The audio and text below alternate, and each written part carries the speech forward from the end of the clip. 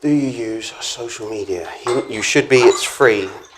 A lot of people say it's not free because obviously it costs money to advertise, it costs money to set up, it costs money to get a photographer, it costs money to get videos done. Hopefully by the end of the day again, you can do your own videos, you can do your own photography to an extent that it looks professional without going out and spending. So effectively it is free or minimal cost. These are some of the things that I get all the time. If I'm talking to a business or a new client or a potential client, these are the main things I'll get. I don't know what to post. Has anybody had that problem? I don't know what to post. I don't know what to put out there. There's no problem putting out a free tip, a free riddle, a funny picture. As long as it's consistent, consistency is key to growth. So as long as you're keeping it consistent, it doesn't matter if you go off of topic a little bit. So, you know, for Alison, you're very, very bright and vibrant online, but a lot of it is to, I'd say, positive quotes. But a lot of people might not expect that from a coach when you should be giving out, like, they'd look for advice, but you're giving out positivity. And that still links in, so it's good that you can keep it updated regularly. 70% higher engagement with video content. Is anybody using videos? I'd like to. You'd like to use videos? I've been using short boomerang clips. Boomerangs. Apart from that, not really. Oh, I've done Oh, yeah. love boomerang. I've done a bit of it. It's like a 2-second video, but it's sort of like a funny motion or whatever. Brilliant. Like someone jiggling some wine, for example. And Yeah. it just repeats like that. So I it's love just it. like, you know, really. Love it. Bit of a joke, but it's quite funny. What's it called? Boomerang, easy Just to an use app. on your phone. Get out. So do you get someone to film you jiggling? No. I've always gone behind the camera. I never film myself. I was thinking, how does that work? That's just a bit vain. That's like, There is boomerang, exactly. It's one of the easiest ways to film. What it is, it's on your Instagram app. Is everybody okay being filmed today or being in a video? Yeah? So if I was to go into Instagram, is anybody not using Instagram in the room? I have to get you on that, Vanessa. So if I go into the Instagram at the top, on this little camera icon, you won't be able to see it, but there's normal, boomerang, focus, super zoom, rewind, hands-free, and stop motion. That's all video editing software that boomerangs give you for free. Have you tried any of the others yet? No. Just the boomerang one? The boomerang's really, really easy. So if I was to boomerang this... So is it an app you have to download? No, it's on Instagram. So I've just done that, and as you can see, it plays it over and over again. So that's the boomerang. That's on Instagram. I didn't know it was actually on there, Patrick. I got it on the app. Yeah, it's just in there. It's brilliant. So I feel stupid now. I got it on the app as well. I didn't know it was on that. oh, what, you've got boomerang on the app, not on Instagram? I got boomerang, saved it to my phone, and I upload it. Oh, that's yeah. So I'll turn this on as well. On your Instagram, top left-hand corner, you've got boomerang. So now we can delete the boomerang apps. So you can imagine if I wanted to boomerang this and show all the people who follow Modified Media, what that'll do is show people that I've done some work on the laptop and now I've got people sitting in front of it. And it'll just keep playing it. And that's no external apps, it's just built into Instagram. And then that'll just keep playing it back for you. It just makes you do things faster. I can't see 'cause of light. So if you wanted to go down the side of your Seafire car, which I've seen about, it's very bright and vibrant, and That's really cool. you could go down the side of it and show people the side of your car, and then once you upload it, it'll keep playing it back and forward for them. And it'll stay up there for 24 hours, or you can download it, so when you've done it, so you do that, that little one in the bottom left, it says save, and that's what I believe what you've probably done, you've got it saved on the phone. Once you've created your boomerang, you save it, and you can actually post it on the Instagram feed as a post as well. So you've got two. You've got one for the story and one for your post. If we go for, again on Instagram, I've got to find my face. As you can see, it's found my face, and it's automatically blurred everything out behind me. So if I wanted to do a quick video, I could stand in front of it. That's not a good angle, is it? Is it your best side? No. Oh, the lighting's not good in here. Not good at all. Depends which way you go. doesn't it? Oh, don't know. Maybe the dark. But as I'm filming, it's blurring everything out behind me. So when I do post this, it'll be up there for people to see. Instagram again, but if you slide across to focus. I don't know, maybe the dark. But Which one? as I'm filming, it's blurring everything out behind me. So when I do post this, which is obviously great if you've got 2 bottles of wine sitting on the table opposite a vineyard, you want a bit of mysterious behind the wine. Oh, we haven't got that on our one. Did you see that one? It's must be maybe where it And has anybody heard of Super Zoom on the Instagram yet? Super Zoom, they've brought out that one, and I believe they brought out Beat as well, TV show, which is essentially. Oh, did I do that? Was that mine? He puts a little. Okay, I've just connected. It says find friends to follow. Yeah, you've got. You can go to Mr. Facts. Wait, I think we've got it up there. There you go. If you want to follow Modified Media, it'd be at Modified Media. Just quiet. Oh my god! I wondered how my kids did things like that. It's amazing what you can do. Oh, that's really good. Look at that. Oh, blimey. Another bad angle. This is not good today. I'm going to have to get rid of all footage today. I wondered how my kids did that. So the Super Zoom, how are we getting on with I this? love Super Zoom on this one. Brilliant. It's really good. Oh, it might just need updating. Yeah, that's really? nice then. Yeah, because it looks like you've got all the others, but... And if you're on the... Oksana, if you're on the Super Zoom and you change that, you got bounce, dramatic, beats, and what it does is TV show.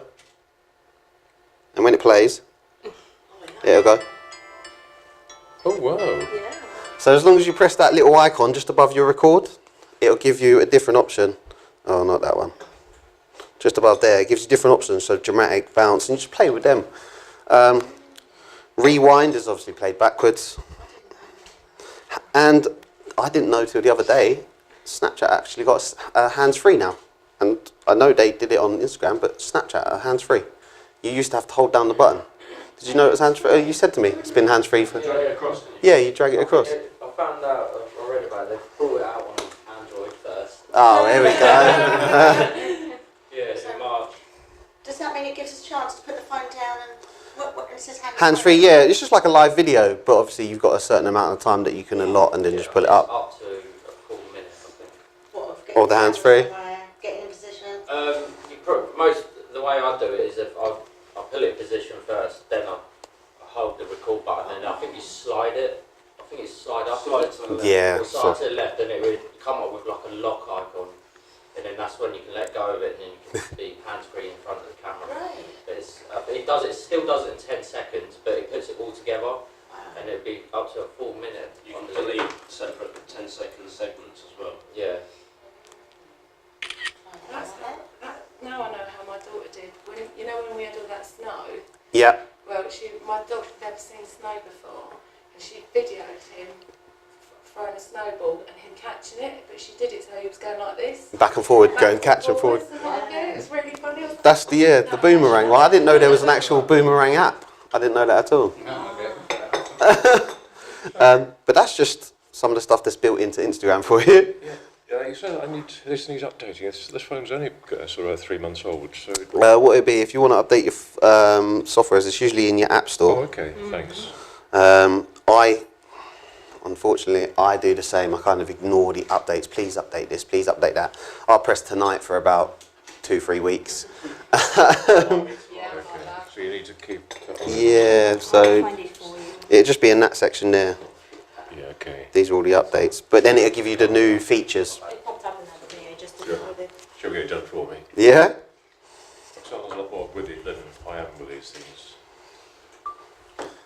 And this is the sort of thing that I'll go on to in a minute. Do you see why I'm holding my phone sideways? I'll tell you why in a minute. But this goes into my personal vlog for Mr. Fats. So that goes on to like a bit of me, which I'll get into in a second. Well, I'll get off this now and get back to work. See you in a bit. Paying for likes is wasting money. Let's get back to this. I see a lot of people that they pay for boosted posts, they pay for likes, and I've said, and Vanessa's been there before at another event, I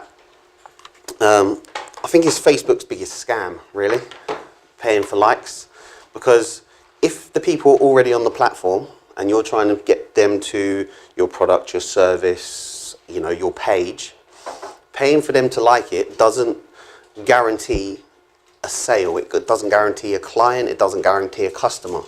Now, if you put up a really good offer, a really good video, a really good post that they engage with or that they already like, then you've kind of got that lead that could lead to a conversion, but essentially they like you anyway because they've already looked at the lead.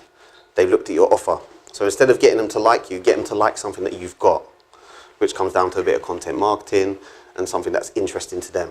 Because a lot of times there is crazy people out there who just like pages just for the fact of liking pages, or they go for like or follow for follow, which is crazy. Majority of business owners overcomplicate social media. I do most of my social media in the bath. I do most of my social media. Conjure up great images. Hopefully I haven't added it to any of these slides of me working. I just want to clarify, I am recording live, so you've just broadcasted that. Lovely. Let's not follow Mr. Fats right now. I just do it in my spare time because everything I do is on my mobile phone. It's very rare that I pick up the camera. These guys are more camera based than I am. Essentially, I hate picking up the camera because it's so much to set up. I set up this external mic, I set up a lighting, I set up that, when I can do it from my phone. So I'm always just like that. I can do it in the bath, I can do it down the pub, I can do it sitting in the garden, relaxing. On a gym the other day on a cycle. Oh, gym is my favourite. Yeah. I'll be on the cross trainer and I don't realise that I've sweated so much. I did 400 calories the other day. Done a whole hour without realising I'm it. usually knackered after 200-300 calories, but because I was so involved in online, and Instagram is my favourite, so I was so involved in Instagram, I didn't realise that I burned an extra 200 calories. I got off, I was like, psh, work done for today and an extra workout. I went home really cocky. Is it actually safe to do equipment in the gym while you're sort of, Yeah. you're doing? I do more phone in the gym than equipment. Okay. I just sit there for the sake of it, really. It looks like I'm working out. To be successful online, all you need is a smartphone. It's true, unfortunately, it's true. A lot of people say you need video production, you need to pay for these expensive ads, you need to, you know, get special photographers in. Obviously, a photographer is better. You know, if I wanted a really good picture, I wouldn't take a selfie. I'd get young Joe there to take a picture of me. He's really good. He makes Owen look great. He's done photos for me, made me look great. If I've done some selfies, I don't look too great. So photographers and videographers are a better way to go, but you can stay professional with your smartphone. Content marketing is effectively a way of increasing your reach while lowering your ad spend. Does anybody know what content marketing is? Is it like blogs or something? Sort of, that is a part of content marketing. That's one of the main areas of content marketing. We do have a section of content marketing here as well. Or is it like putting up an offer, like if you like my page, you can go into a draw to win a holiday or something? No, that's engagement baiting. Okay. Content marketing, I do have a whole section on that. But content marketing is going to be your biggest weapon. Content marketing, did you say it was a language tuition? Yep. If you, I'm not saying do it, but if you put up a video of romantic sayings in that language, a lot of people might just like that video because they really want to, you know, you've got cocky young men who you want to use another language on a night out. You've got people who just want to say a different language or a different term, so they'll like your video because it's content marketing. It's something that they find interesting, even if they're not interested in learning another language. Even if somebody said to me, hey, here's a video of how you can swear in another language. It's going to get a lot of hits, probably give you a bad name as a company. But on Valentine's Day, you have to say I love you in 20 languages. Bang. Yeah. Perfect. Yeah. So content marketing is giving value out to people without spending, but it gets engagement. Sussex Police are the best at it. Sussex Police are amazing on social media. I want to talk and learn from them.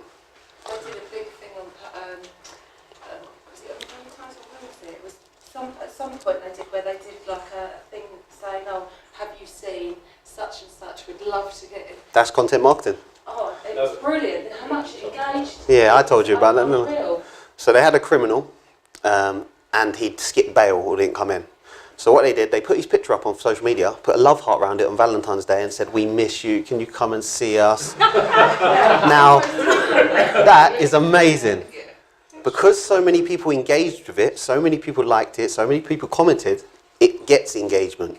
That way they've advertised without advertising, because when somebody comments on something, all their friends see it, then they comment, all their friends see it, then they comment, and it just spread like wildfire.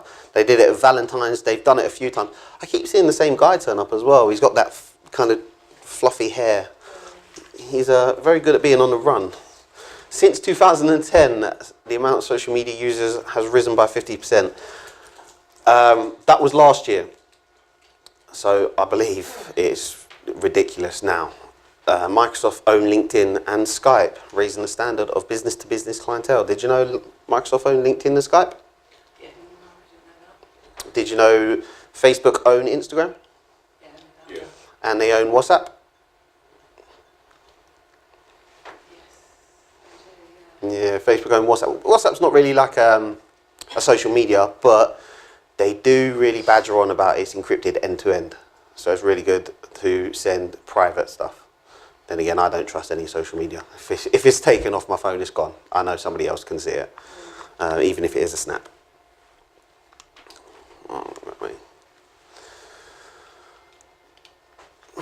Oh, this is a video, I hope.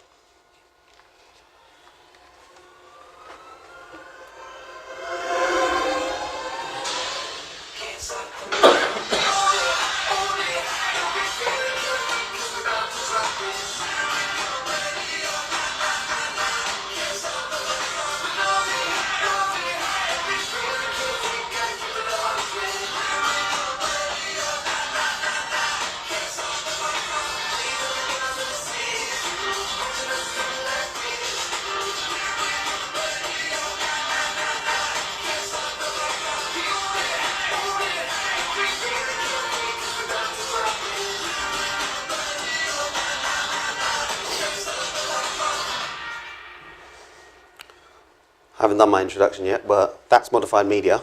That was all filmed and edited by Joe. Oh, love it. At the house. He just did it out the front of his house.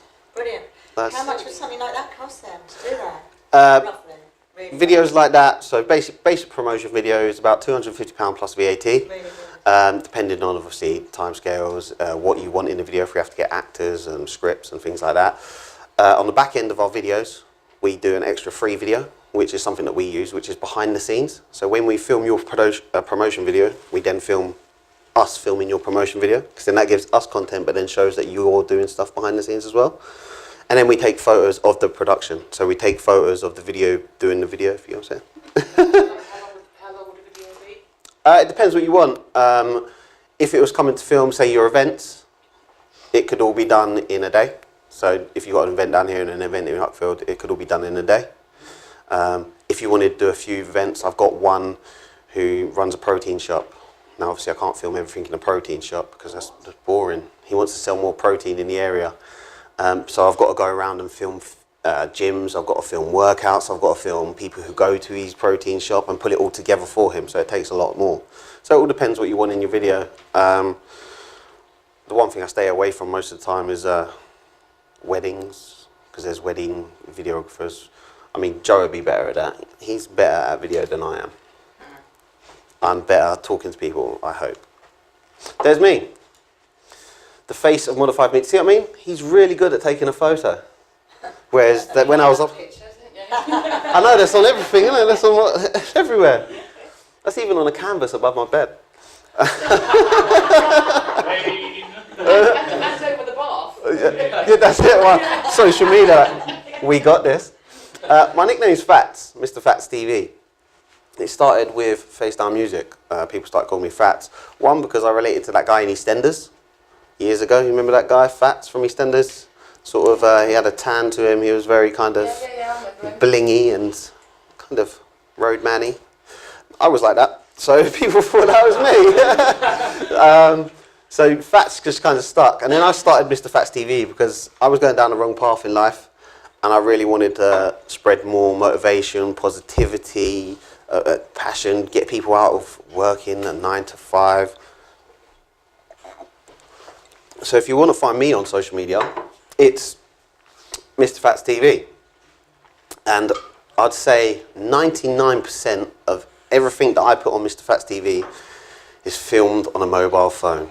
I don't pick up a camera for Mr. Fats TV. I should, and I will do for YouTube videos, but I just find it so easy using the mobile phone. So that's me, Fats, Mr. Fats TV. You can call me Patrick if you like, or you can call me Fats. Right, social media companies, are they worth it? Unfortunately, I see a lot of social media companies that are not worth it, not my own. But everything I teach you today, they sort of charge over the odds for you to have nothing. 25, have you seen £25 a week for social media marketing? Probably seen those sort of adverts. I spoke to a woman from Hastings and she'd paid someone to do her social media for her. But when she was doing it herself, she was getting, I think she said something like 11 hits per whatever the measure is. And so she thought, well, I need to improve, so she paid someone to do it for her. And when she did, she had the sense to review it after 6 months. And paying a professional, she'd only gone up by 1 to 12. And she spent about 750 quid on that or something. Blimey. And she'd actually got, and she said it was only that she'd been told by someone to make sure that she checked to see she was getting some sort of return. But she just assumed that things would be improving. And yeah, but she counted. See, I would never do that. I'd never pay somebody to do my social media because I want to know what's going on, and also I want to be able to learn about it and keep up with the modern technologies, especially with the youngsters. And also it sounds like you. I think the other thing is if you get someone to do your posts for you, They're not from you. it sounds like Yeah. Bert, the social media expert, is doing your posts, not like you're talking about your business. Yeah, it's like my old company, they've got somebody who does all of their stuff and everything else. And I read it and I know for a fact that that's not come from None of them. our old company, what that old company is about. You can tell it's written by somebody who's, You shine online when you have a uniqueness. So people buy from people, they never buy from a product or service. Rarely. I mean, we buy from Nike because it's Nike, it's the brand. But a lot of time when we're doing business with people around us, we buy from them because we like them. If we walk into a shop, a lot of time we'll buy something if we feel a good vibe, if the person's helpful. Same online. If I go online, it's very kind of dry. You know, they've just posted a picture saying 30% off. Next week, 30% off. Next week. It's just very dry, and I don't want to follow that person. I don't want to interact with their posts. A few years ago, I used to tweet Domino's because I used to eat a lot of Domino's. And we used to have a bit of banter coming back and forward from me and the people who were running the Domino's. And I'd say, look, I need to break up with you. I'd say something funny like, I need to break up to you. I'm getting fat. It's not working out. It's me. It's not you. They would send me a tweet back from Domino's, a certified company with hundreds of thousands of followers. They would send back, you're breaking our heart. Please don't leave. And that kind of thing gets people retweeting it. That gets people engaged. It gets people liking the brand better. And that's from a large company. And companies like KitKat have done it. iPhone have done it. Samsung have recently done it again, because Samsung and the iPhone always do it with each other. They'll take the mick out of each other's products. So if there's kind of a characteristic behind it, you sell better. So if somebody's going to do your social media, you want them to have a character behind them. I recently put up a post on Modify Media saying, if a company is charging £25 a week or £50 a month to post on social media, how much of that is being spent on ads? Because if you're not factoring ads, they have to grow your account organically. And I mean through digital footprints and liking other people's stuff and going engaging. But then for £25 a week, how much of that time are you buying from somebody else? Would you work for £25 a week? Because you've got to take the time out to engage with other people online. And I wouldn't pay somebody £25 a week if they're just going to post a picture, which a lot of these social media companies are doing. So I would really look at the kind of analytics. There is social media companies that I know around this area, I won't say no names, that lock you out. You're not allowed to see analytics. You're not allowed to see the back end. You're not allowed to see what engagement they're getting. They'll You You have have to hide the fact they're not doing anything. I believe so, but I don't want to point fingers. But I have seen it, and personally, I'm running somebody's account now. It's an Instagram. It's an Instagram account. I've got him over 700 local independent, local real followers. He's getting engagement on every post that I post of his. We're working together. I'm doing a few video edits, all thrown in with the package. I don't charge him extra for that. Filming, I charge extra. But he can see that I'm actively engaging with people. I'm going out. I'm not just posting his posts. I'm actually going out and finding other people's posts related to his and then engaging with that. So then he gets followers and more engagement and more talk back to his. So I'd be wary of social media companies that do that. And I will teach you today to do exactly what they're doing and give you the free websites, which is in that piece of paper in front of you. The second page, there's free websites there.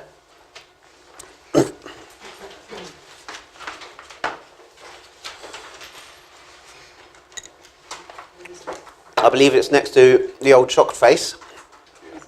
All three of those websites are free stock images. Social media companies, some of them that are charging £25 to £50, are going to these websites and stealing a stock image. Now, a stock image is just a high resolution image. Now, if I wanted the stock image of the ocean to put up, Yeah, I use Pixabay, so there you go. Was that one? That one not it's up? really good. Yeah, Pixabay. I've got it on there. You go to there, and they'll charge you £25 a week or £50 a month to go there, take it from there, which is free. They'll post it, and that's it. They won't go back. They won't engage with people. They won't actively go and find people and customers. But you can do that. And like I say, you can do it in a bath. You can go to these websites, download a load of images for, you know, wine. You've got wine centres, you've got vineyards, but obviously your place. Hotel or wedding venue, all sorts, really. Yeah, so as soon as somebody, I said that you was coming, and they was like, that place is not just a wine place. I was like, no. Do a bit of everything. Yeah, they said, Restaurant, you know. so you don't need these kind of websites. You've got everything there that you can just take pictures of. It's a lot harder for other people sometimes to take pictures. So say myself, I can't put up pictures of me all the time in front of a laptop. I have to go out and take pictures. But say for yourself, you're going to put up admin pictures. It's quite hard sometimes to keep taking pictures of your laptop, your work. So it might be easier to find a nice admin picture, put a nice post, put something like that underneath, put a few links, put your bullet points. But again, these websites can give you everything you need. For images, I'd definitely say get your own images, but that's exactly what social media companies do, and they're just going to steal these images. And if you can, use them. A lot of them beautiful. High resolution images, yeah, I've used a lot of them on adverts because they're high resolution and they look really, really good. You can do. What I do sometimes is just edit them a little bit. Take them into one of the apps on my phone, just throw a little edit on, put a watermark on, put a bit of text over it, because then it looks a bit more original than if you just post the image by itself. Is it all smoke and mirrors? I hope not. Yeah, that's the part. Do you have access? If they are a social media company, I think you should have 100% access to your own social media account. I don't know about you lot, but I'd like to see what's going on, rather than paying £300 per month, which we do know somebody is paying £300 per month and they're not allowed access. So here you go, top tips. Here's your free that are in front of you. 3 p.m. to 5 p.m. weekdays. It's the most active time on social media. Better than the mornings. Yeah, I say I'm a morning time. Mornings people are doing emails. Yeah, a lot of people waking up, they're checking their emails. The younger generation are waking up and just checking social media just to see if they've got any likes. But most of the time, Teenagers don't wake up till 3 p.m. yeah. True. So weekdays, 3 p.m. to 5 p.m. It is also said about 1 p.m. to 4 p.m. as well. So it's kind of mixed depending on your industry. But you can see that afternoons are substantially better. Scheduled posts for this time all in one day. Now this is what I was talking about. If you're down the pub and you've got 7 images, say you go to Pixel Bay, or Pixels or Unsplash. I like Unsplash personally. But say you're down the pub and you find 7 images. If you're on Facebook and you're enjoying your pint, you can schedule all 7 posts, one every day for 3 to 5 p.m. and you've done it on a Sunday afternoon down the pub. Now you don't have to do anything for the rest of the week because you've done it on a Sunday. So for the rest of your week you're set. You don't have to worry about that 3 to 5 p.m. You don't have to get online at 3 to 5 p.m, put that picture up. You can already schedule that post. Facebook schedule posts. Instagram was thinking about it, but they haven't actually taken action on it. Android, he's found an app that does schedule posts. iPhone, I can't find one yet. So Is that Hootlet and all that lot? Hootsuite or something? Yeah, you've got Hootsuite and you've got, there's a B as well, That's buffer. Buffer. You found one that you can I do. found another one. Oh, you pay for it, don't you? Yeah, I found another one was free. It's basically the same as the Hootsuite. And what I do is, because I work full time, so I can't really like get on social media with some of my tradesmen throughout the day. So what I do every night between those times, the night before, I would schedule 3 or 4 posts between them 2 times, and then that's when I'll get the most engagement. So next day, if I'm still working overtime or whatever, it would go up by itself. And what do you use for that? I'm not too sure. My friends are really Unfortunately for us, I don't think we can get it. Yeah. I haven't looked at I'm that not sure if we actually. can get this one. This is a new I one. was going to see how it works because there's a rumour that says if you use Hootsuite and you use that one begins with B and these scheduling posts, it might reduce your engagement because the platforms know that you're not actually posting it. Because they look at the back end of stuff. So I'd say use it, see if your engagement's working the same. If it is, then carry on using it. If not, go back to original posts. Facebook's very easy, so you won't need one of these external apps. Twitter, YouTube, Instagram, they don't let you schedule. So a lot of time you have to be online at this time. But again, if you can find one of these that does work and it still keeps up the consistent engagement that you've already got in the past, I'd say carry on using it. So what you're saying in effect is that you should put a post of some sort every day, basically. Content is king online, so if I put up a really lovely video or picture, everybody loves it. Consistency is key. So if I put up a really lovely picture this month and don't do nothing for the rest of the month, Facebook reduces my engagement because they know I'm not consistent. So they won't let everybody else, because you know when it pops up on the news feed. Recently I've got a pup. It's got 33 likes on the picture. Because it's got 33 likes on the picture, that picture will probably pop up on somebody's newsfeed tomorrow because somebody's engaged with it. If it's engaging, it stays to the top. It'll keep showing up. So sometimes when you go on Instagram, you'll probably be scrolling through a few of your posts, you'll double tap to like something, and then you'll realise that person posted it 4 days ago. Why has it popped up in your feed? It's the engagement. If you get engagement, it stays on people's feeds a lot longer. So the more engagement you get, the more you're shown. That's why people just randomly comment bump or something like that, don't they? On Facebook, yeah, they'll on bump Facebook it. to make it go back up to the top, don't they? Yeah, you've got that. You can keep trying to push it up on Facebook. Instagram won't let you, but again, if you can get some engagement on your feeds, it's definitely the way forward. Engagement's key to growth. I ruined, it's not up here, Mr. Fats, I ruined it. I paid for fake followers when I first started out years ago. So I had like 9,000 followers. Most of them were fake or dead accounts. Now for 9,000 followers, you'd think if I put up a picture, I'm getting thousands of likes, thousands of comments. I get less likes and comments from somebody who's got, say, 700 followers. Because Instagram know I'm not worth engaging with.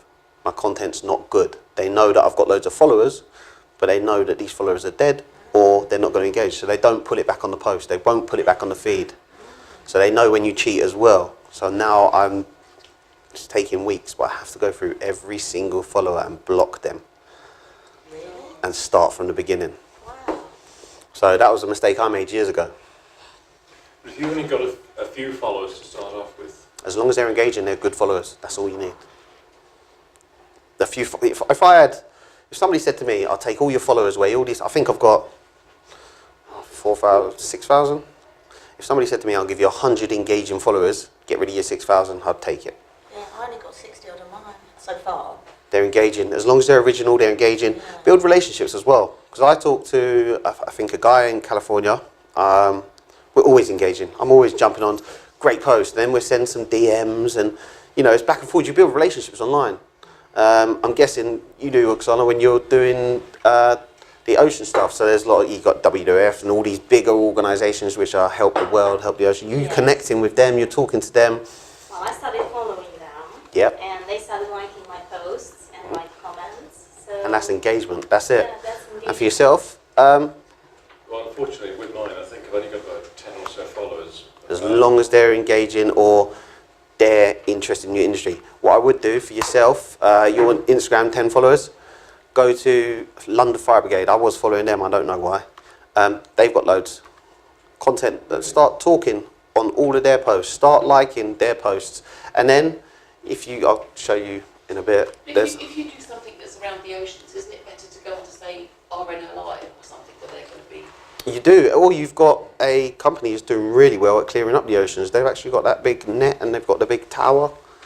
That one, they're doing really well, aren't they? So I've just got following from the Ocean Project, and also because we've raised the CIC now, we've been invited by the United Nations to become affiliated.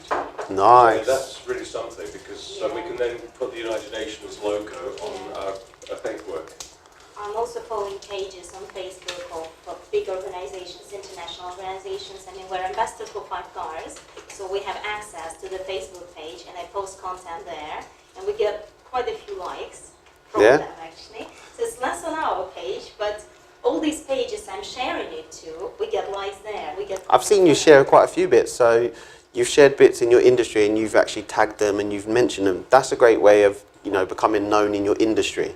So anybody around it, I don't really share too much media stuff, but a lot on modified media. You'll see me sharing local businesses posts, you'll see me sharing business insider, business technology, because it's in my industry. And that's growing online, and the people who like that stuff will then like your stuff because it's linked. The trouble is though that my line of business, fire extinguishers and fire equipment, is so boring for most people that It is, but London Fire Brigade, anything to do with London Fire Brigade, and you can click a little arrow, if you've got your phone, if you go on a little arrow. What you will notice is on this side of the screen and this side of the screen, over here, you'll have the two black lines, and what that is two black lines because you filmed in portrait mode, which is not good for edits. It's not good for sending any footage away if you wanted somebody to edit it professionally. And it gives you less kind of durability and usability because you filmed it in portrait mode. Now that being said, this mode comes up full screen on story mode on the phone. So, what I mean by that is, if you filmed this way and then you edit it in some apps, which I want to show you, you can use it in story modes. And story modes are like Snapchat, you've got Facebook story mode, you've got Instagram story mode, and I believe there might be a live or a Twitter story mode, but I know they do live, and it's all film portrait. But most of the time when we're filming, we always like to film it this way, but make sure you start filming this way before, film this way after you switch the phone. Don't press record or you'll get this, and it's no good because then you have to stretch it out. You have to twist the image, stretch it out, and it'd be no good. You have to start filming as soon as you switch the phone, and your little timer, that's over here, usually goes up here, and then you know it's in landscape mode. But let's have a look at landscape mode now. Lovely. Now this is landscape mode. You'll see that the timer is usually at the top when you switch your phone over. And what this does is it gives us the full image of the screen. You'll see there's no black lines around me unless I edit the video.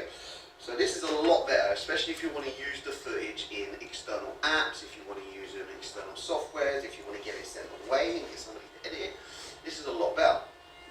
So anytime you're filming, majority of the time we are filming landscape mode. The only time you don't film landscape is when you're doing the stories. But yeah, always film landscape most of the time, especially when you're making your own videos in the apps that I will show you. Right. Let's get back to learning. Ooh, let's have a shave by tomorrow before I see you guys. You never look at yourself in the mirror and say, you let you die. Until you get to that point, That, let you die.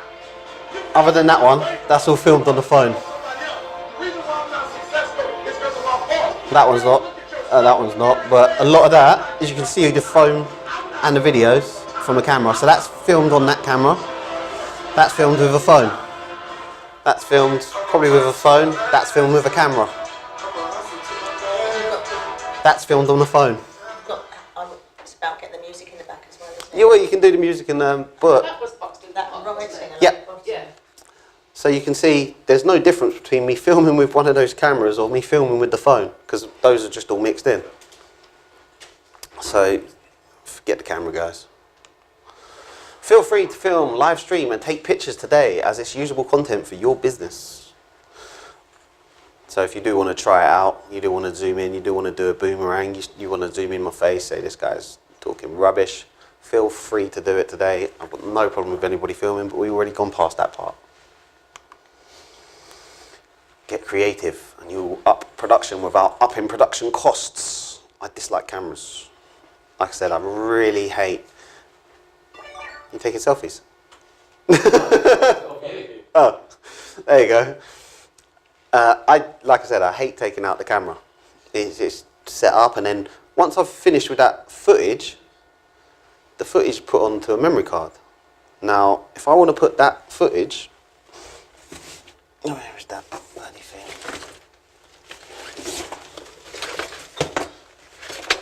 Oh, that sucks. Well, there's a little adapter. So once I've filmed on there, I've then got to put the adapter into a USB stick. I've then got to put the USB stick into this adapter here. I then put this into here. If I film on my phone sideways, just send it. It's on. I haven't got to worry about setting up the camera. I haven't got to worry about setting up the tripod. I haven't got to put on an external mic like that one. It's just, I love filming on the phone rather than the actual camera. Just a beat that, I should have really thought that one through, shouldn't I? You can get creative with your mobile phone. See that up there? That's my logo. That's a watermark. We all know what watermarks are? Yeah? Watermarks. Watermarks is your logo. So if I said to you, can I have your logo with a transparent background? You'll send me your logo, but with nothing behind it. So it'd just be like either the wording or like that. You won't see it on a white background or a black background most of the time. I put that on this image on my phone. You can watermark on your phone with these apps here. What that does is if you've taken this image and some other business local to you comes along and says, I like that image, I might take it. You've put your watermark on it. Nobody can take your footage. Just like your wine centre. Once you've got really beautiful pictures, which you do at that place, you put a watermark on it, no one can then take it. Which app do you use for the watermark? You can use it on InShot and InLight. They're both really good for the watermark. What, to shrink it down? Yeah, once you've put it on, it's just you just layer it. So what you do is once you've got your watermark, which has a transparent background, you just layer it on top of whatever you want. You can do it on top of videos, which I'll show you in a second as well. How do you do that? What was it you said in InLight, it's on that piece of paper in front of you. Okay. InLight and InShot. InShot I find the best, but I'll go to that in a minute. This was taken on my mobile phone. As long as you're creative, you can do everything on your mobile phone. I could have just taken a portrait picture of the beach standing up like that, and it would have looked really boring. If I got myself down on the ground, not going to do it in these. If I get myself down on the ground and I get low and turn it landscape mode and get near the rocks, you're going to have that kind of, I don't know, it just looks more artistic because you've got more in it. And that's just literally turning your phone and getting lower or getting higher when you're taking the lower view. But that was done on the mobile phone. Good photos, some plastic pollution on there as well. Is there plastic pollution as well? Well, the bits on the bottom probably are. So yeah, that's it. You could do that all day long. You could go down Eastbourne Beach and say, look what we found. Get real low, get real creative. What would be great is if you found, 2 black bags, or you placed them there and said, this is terrible. But it would get a lot of people in the local area saying, what the hell's going on Eastbourne Beach? If you put something there that was out of this world, who lost this blow up, I don't know, dolphin, people would be like, what the hell? If you put something out there, you get the engagement because people want to talk about who left the blow up dolphin on the beach, plastic pollution. But the comical side of it would be like, why is there a blow up dolphin on the beach? Show demo video of filmed presentation. Right, this was all filmed on the mobile phone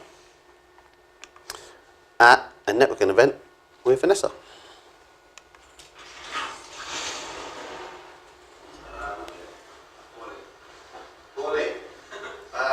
How many people in the room use social media for business?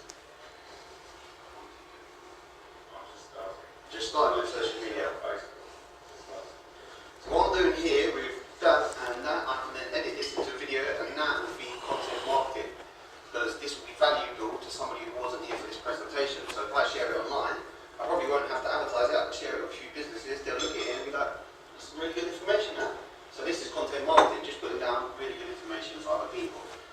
can I have a quick business idea? Who's this?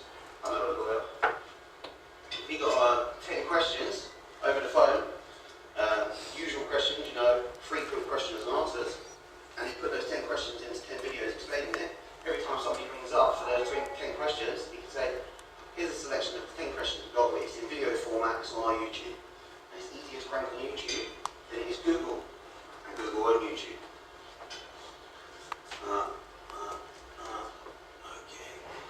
Okay. Does anybody want me to keep this playing, because this is some of the content that we'll be going over? So, and it's a 20-minute video, so I'm not going to go through the whole video. But you can see this was done on a mobile phone. This was edited on a computer, but it was filmed on a mobile phone in the room over there. I didn't even have a stand for it. I just put the mobile phone on the side, but because I've got a flip case, I think I just put it up like that. And this was the phone, and it looks a lot better on there, but obviously it's Doing that thing where you delay it on that.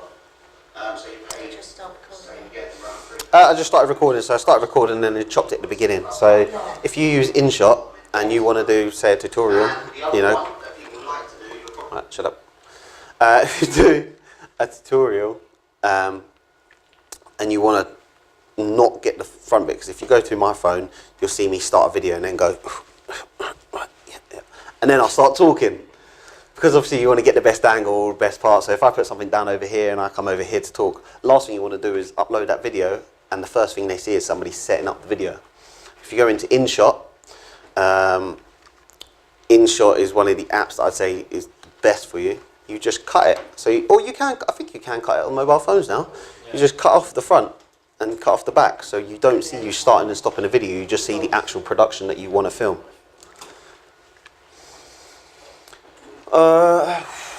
Small local gym. Talking about angles, like I say, if you get down to the ground, you get artistic. You get the lighting right, which might just be a lamp. This gym that we did a video for, it's probably 2 of these rooms. It's a really, really small gym. All 3 of us were there filming it. But from this video, you wouldn't think it's such a small gym.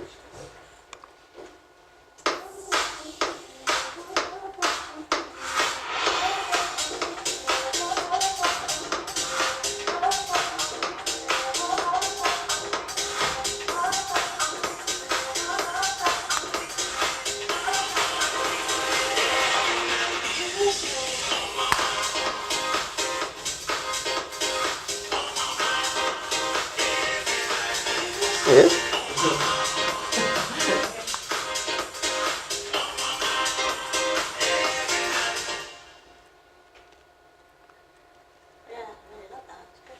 So that was filmed with that camera and I think the other cameras, but again, the next video will be showing you behind the scenes and how small the gym is. But in that, because of the angles, you wouldn't know how small the gym is at all. You wouldn't even know any size of the gym. And it's all about angles. I'll see if I can skip the first bit, because the first bit is the actual video again.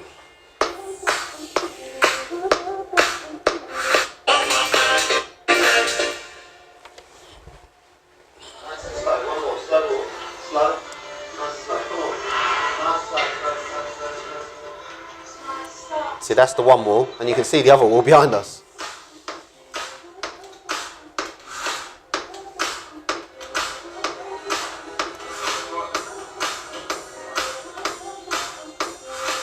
See how close we was, and we couldn't move.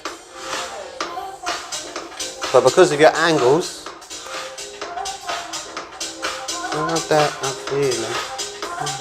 there he is again. There's the front door. It's tiny. There's another thing that we managed to do in that video. I don't know if you saw when Owen was punching the boxing bag. The punching bag came across the whole shot of the camera. Then when it went out of the way, there was a different shot behind it.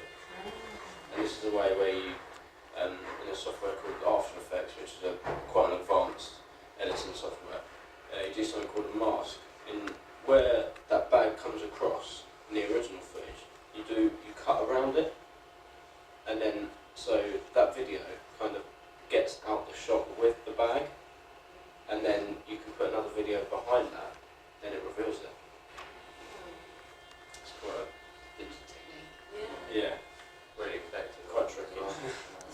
I fully agree that if you've got your lighting and your angles right, you can make anything look amazing with a mobile phone. Forget all the cameras and that. You've seen that I went down and did that presentation, just use mobile phone. You've got the power in your hands, and that's what I say to a lot of clients.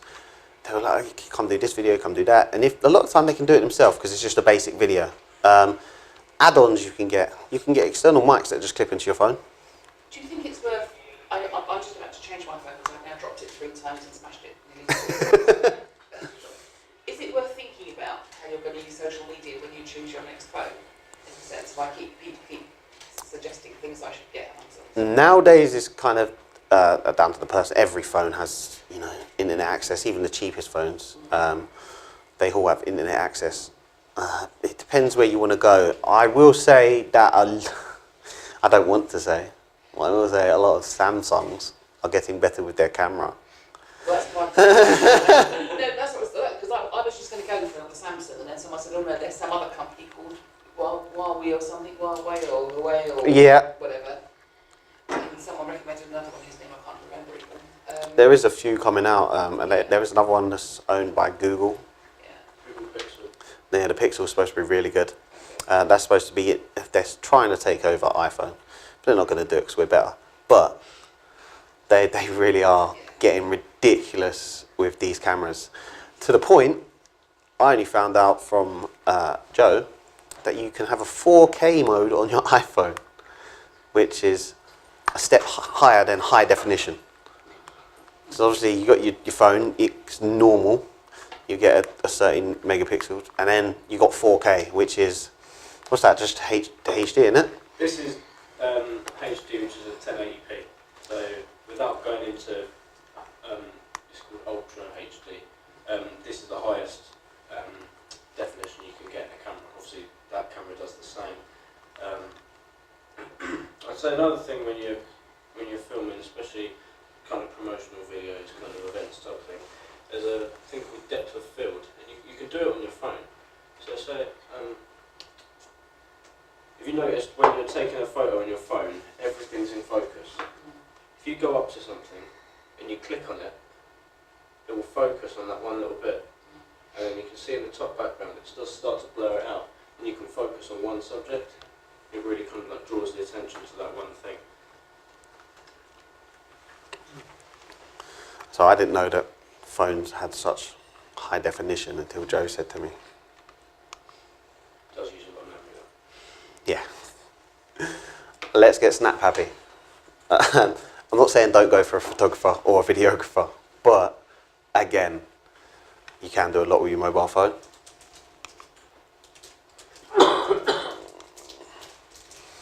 So here's a couple of ideas. I took these yesterday. No edit on that picture, just took it face down. I turned the lamp on and took it in an angle. It looks a little bit more artistic. Again, it's just being creative. These, has anybody seen these? Anybody seen them?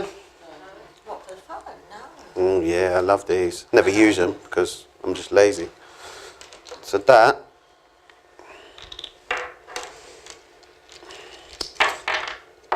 these will cost you under a tenner, and all they do is, that's a lens, obviously, and you stick that over your lens. Now that turns that into a fisheye lens. I unscrewed that, or I've got two here, but that one turns this into a wide angle lens. So now I can take pictures, fit more of you in.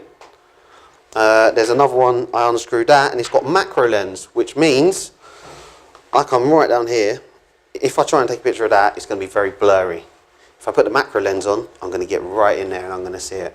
So if you've got a product or service that you want to get right up to, you've got the macro lenses, you've got the wide lens, you've got fisheye lens. This is just the basic things you can get. That's under a tenner you can get that for. Amazon, eBay, Amazon Prime I love, be here next day. Under £10 for that, you can get, I think it's in Poundland, you can get the little camera stands. You know those little tripods? If you've got a tripod and one of those camera lenses, you're ready to go, and you've upped your production value for under a tenner. You can get external mics for the phone that just plugs into phone jack. Again, you've upped the production. I think that's about, from about £6.99 I've seen them up to about £20, and that gives you better quality sounding. And again, you can do the same with little lights that plug on or battery powered that you put next to it. So for yourself, if you was going to do a language yep. If you went online and you spent £20–25, you could get yourself, probably not a lens because you don't probably need it if you're sitting in front of the camera.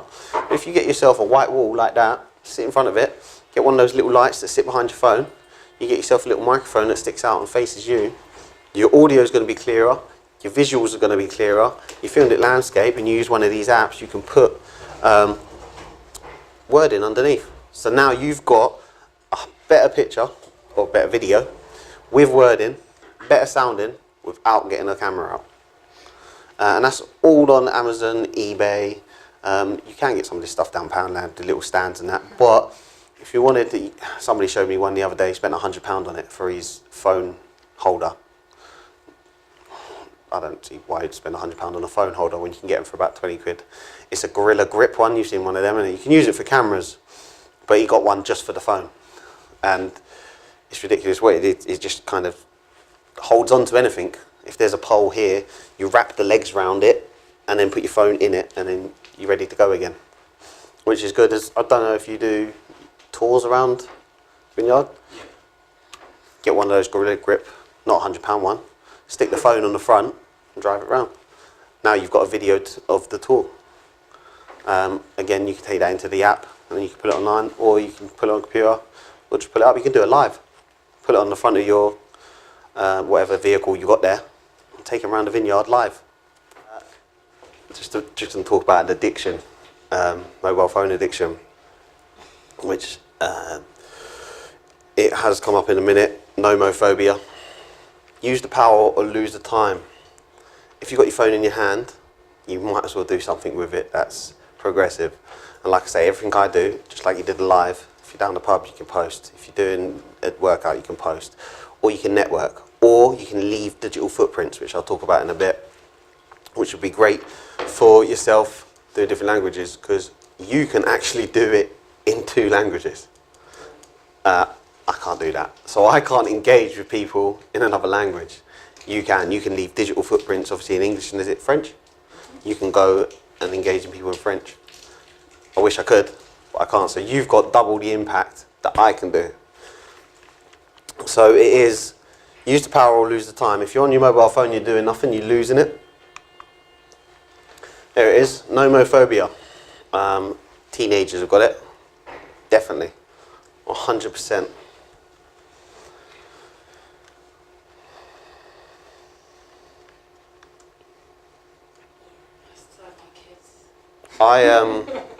I've adopted a child, he's 14, and I took away his tablet the other day. Oof. I had phone calls from his mum, I had to get, physical to get him back in the car just because I took his tablet. It is ridiculous. It's like, taking drugs off a drug addict. It is crazy how much they're addicted to it. But again, if these people are addicted to it, that means your target market's online, because everybody's addicted to their phone nowadays. Filming apps, networking, digital footprints. That's why I spelled that wrong then. Digital footprints, that's a big thing.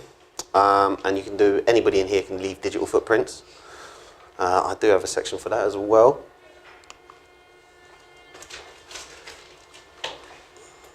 Social media apps and phones and technology. Did you know that most companies that create these social media apps and technologies, they don't let their own children use them? Steve Jobs didn't let his child have an iPhone until they was over 14. Because they know it's just an addiction what they've created for the people. There's no point giving it to your own children. Which is quite naughty, I think, in retrospect. Phones are altering our brains. It's true, unfortunately.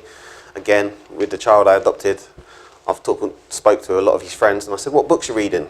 Looks like I've just swore him. I can't believe how many just don't want to know anything other than phones. And if you look at kids nowadays, most people nowadays, have you ever been online and you've just watched a video and next thing you know you're 3 hours in and you're like, what the hell? I did it while I was doing this presentation. I was in my summer house and I was like, oh, I'm just going to look up something or drag something off of, because there's some videos in here. I'm going to drag something and download it off of YouTube. I think about an hour and a half later, I was looking up something about animal attacks. I was like, what the hell have I done? And I lost all that time because I clicked on video. Oh, that's interesting. That's interesting. And the next thing I know, I'm on such a different subject. And that's why Facebook started doing that scrolling effect. YouTube did it when they just automatically played video. Facebook do it when you watch a video, it starts the next one, it rolls up, and it starts the next one, it rolls up. Because they want your time. They want you to be addicted. Which is nice for us if we can get, 16 videos. And people have to watch every one because they're addicted to watching the videos, which is nice. I didn't know this until recently. 80 times per day, iPhone users unlock their phone, on average. Looking at it, I'm pretty sure I'm over the 80. Which is ridiculous. 50% of young people admit smartphone addiction. On average, people spend over 6 hours per day just browsing, doing nothing. I know I spent an hour looking up animal attacks. But when you've been had and you've lost your evening or your afternoon, you're like, oh man, I really should have done something productive. I find myself really, really productive when I actually put down the phone and get some video editing done or some blogging done and stuff like that. With these many and there's where we get into your target market is online already. So the reason I've gone into mobile phone addiction, you might think, well, that's got hardly anything to do with what we want to learn today. At the end of it, your target market is online because they're addicted to their mobile phone. We all are. So where are they? Is that readable? Barely. 79% of LinkedIn users are over 35. So, you're big on LinkedIn, Vanessa? Because business support, business help. LinkedIn's going to be Vanessa. Same with yourself, you'll probably be on LinkedIn. Same with yourself, you're going to target businesses. Over 35. And it is known as the professional social media app. Have you seen the professional version of Tinder? It's where entrepreneurs and business people swipe. Didn't know there was one. I only recently found out I knew about it ages ago, I just didn't get on it. It's done nothing for me and I've been power swiping. I thought, yeah, I like this person, I want to talk to them, I want to talk to them, I want to talk to them. And it's just business people saying what they do. Most of them are social media based. They run companies in London. But if you get a link, then you can just talk to each other about business, which I thought was really nice. And it does link to your your LinkedIn account. It is called SHAPR, Shapar. But you have to pay to swipe more, or you wait 24 hours and they give you, I think it's 10 swipes, 14 swipes. So that'll be the link, and then I'll be like, oh look, Dev looks really good. He's a founder on iPay. Yeah, I want to meet him.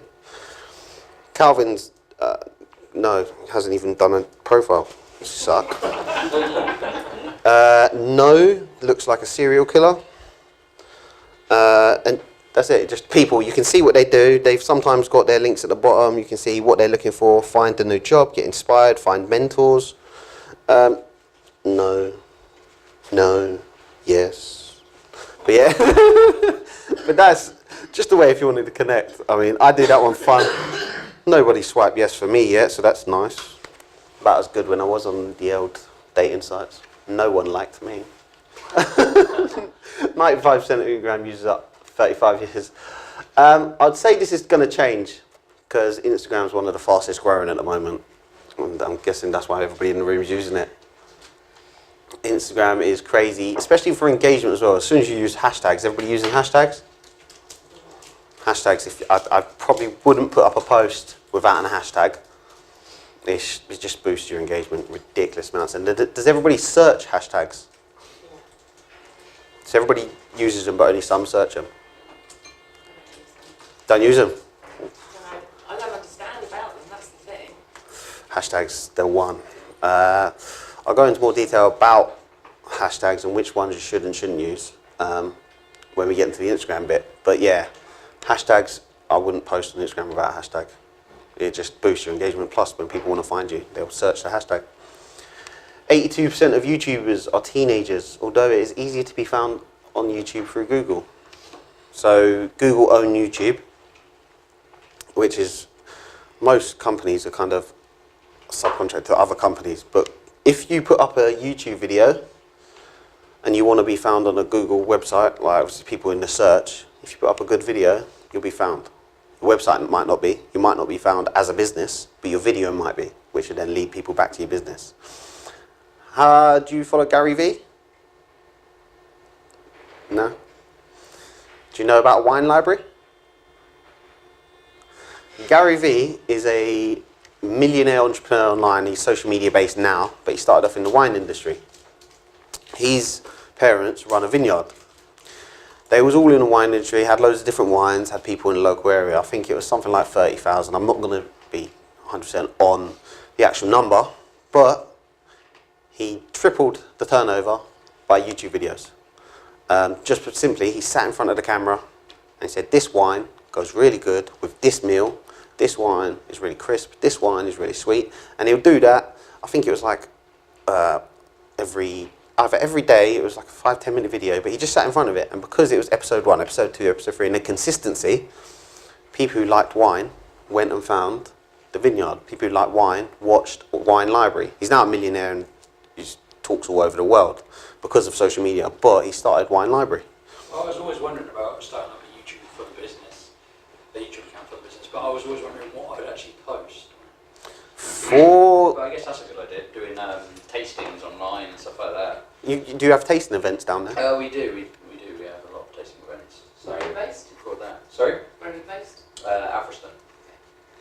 Very Yeah, just said the roundabout, yeah. tasting events. I might have to get down to Alfriston. But yeah, a lot of people find it hard to put a video up. What would we post? Like you said, if you walked around with somebody holding your smartphone sideways, I'll show you why in a minute, and you just spoke about the grapes on a tree, it's ridiculous. You could speak about anything, as long as it's on YouTube and it looks okay, it's going to be found. Then you But can, how do you boost that engagement if you start off a fresh YouTube account? oh, mine's dead. How would I get Digital people to footprints. see it? Keep sharing it, so you can embed it in websites. Any YouTube video you can embed in websites. You can also do the same with Facebook videos. There's 3 little dots on the top right hand corner. You can press that and press embed and it'll give you the code and you can put it on your website.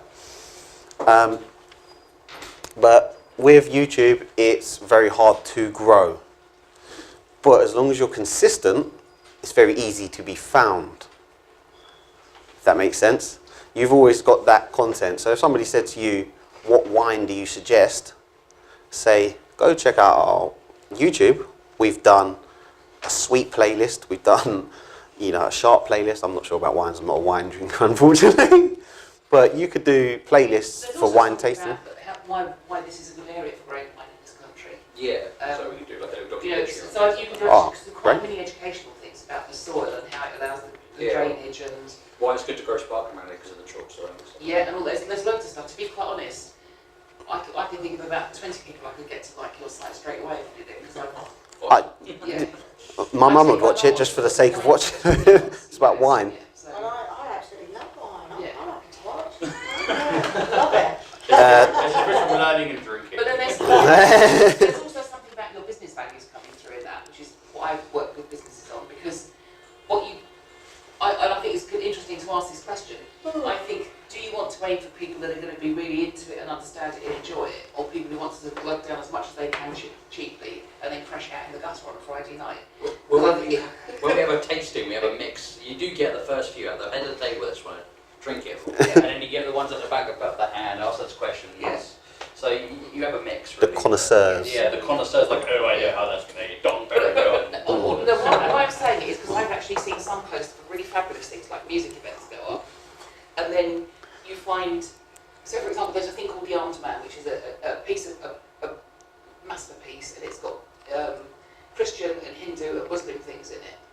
And someone posted a really fabulous video on YouTube, and then you've got some complete twerp who came on and started ranting and effing and blinding about one thing and another, and it just really sort of took the heart out of the conversation, basically. Yeah.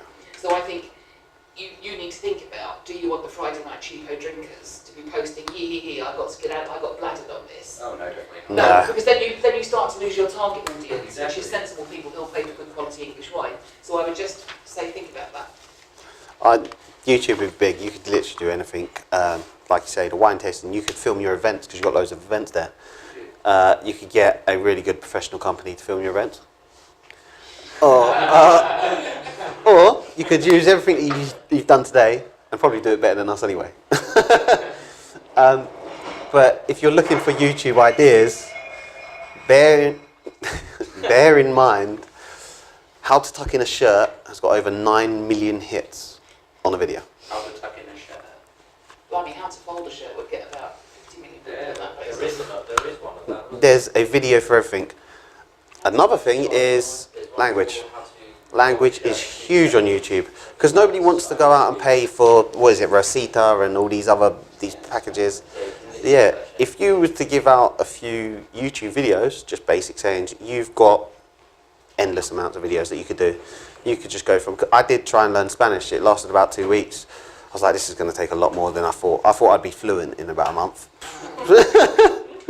Didn't work out. All the audios I downloaded, because what I do is I take the videos off of YouTube and download them as audios. So although there is language videos on there, I can then turn that into MP3 and listen to it down the gym, which I tried. Can't remember none of it.